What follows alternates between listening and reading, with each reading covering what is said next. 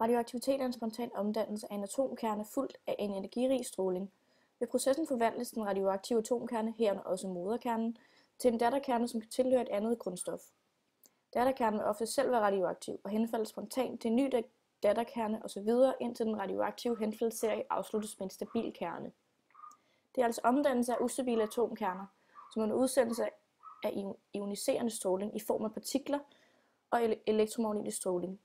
Den ioniserende stråling for radioaktivitet kan bestå af alfastråling, betastråling, gammastråling, protonstråling eller neutronstråling, og den måles i becquerel BQ.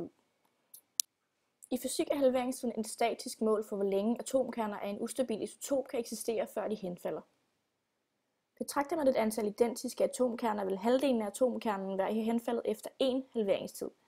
Efter endnu en halveringstid er der halvdelen, det vil sige en fjerdedel af de oprindelige kerner tilbage. Når n betegner antallet af kernen til tid t, n0 betegner antallet af kerner til at begynde med, og t1,5 er halveringstiden. Hvor k er henfaldskonstanten, der per definition er den relative henfaldssandsynlighed per tidsenhed for kerner af en given isotop. Der er en følgende sammenhæng mellem halveringstiden og henfaldskonstanten. T1,5 er lige med ln2 divideret med k. Og her ser man så formlen for halveringstiden, og her formlen for henfaldskonstanten. Radioaktive kerner kan henfalde på flere måder. Ved alfa-henfald fraspalter moderkernen en heliumkerne alfa-partikel, der udsendes med en kinetisk energi på adskillige MeV svarende til masseforskellen mellem kernen i begyndelsen og sluttilstanden. Alfa-henfald forkommer hos grundstoffer med højt atomnummer, f.eks. uran. Ved beta-henfald sker en udsendelse af en elektron beta-henfald eller en positron beta-henfald.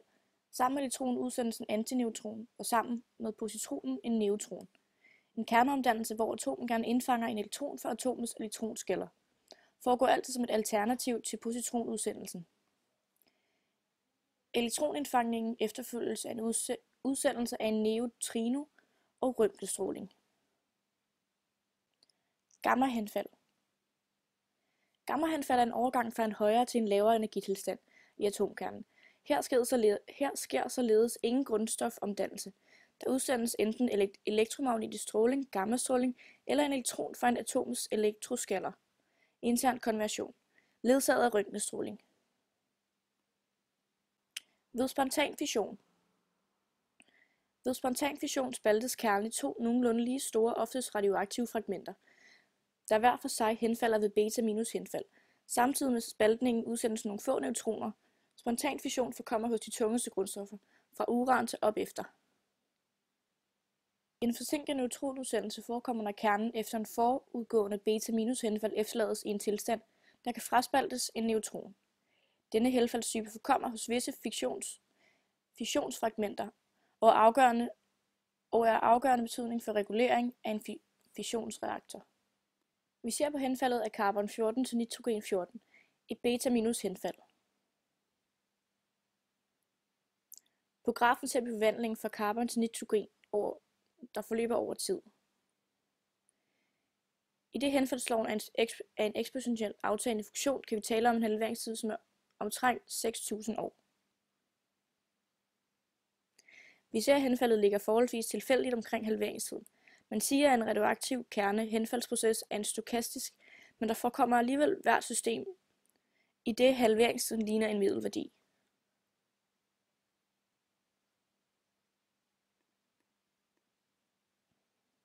Hvis vi gentager processen, så henfalder processen anderledes, men alligevel har de nogenlunde samme middelværdi.